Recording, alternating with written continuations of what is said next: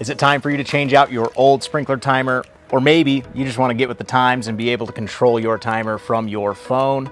Let's talk about step-by-step how to change it. It's probably less expensive and easier than you think.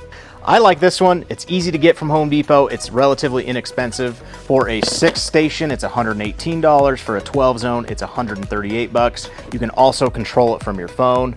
I've used this at my house for 2 years. It's nice and easy. If you don't know how many zones you have, go to your timer, pop it open, just pay attention, look at the colored wires. It also has numbers here for each zone. Okay, unplug your current timer and take a good picture of all of these wires.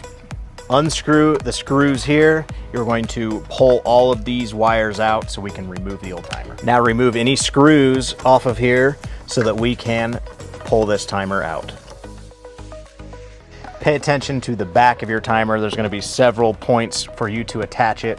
It's usually going to come with some anchors as well. Drill some small holes where you're attaching it. Push in the anchor nice and tight and screw this in.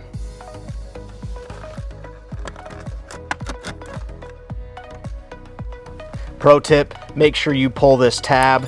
There is a battery back here that will make sure if the power goes out, it will save your setting. Now refer back to the picture you took earlier and place these wires the same way they were to begin with.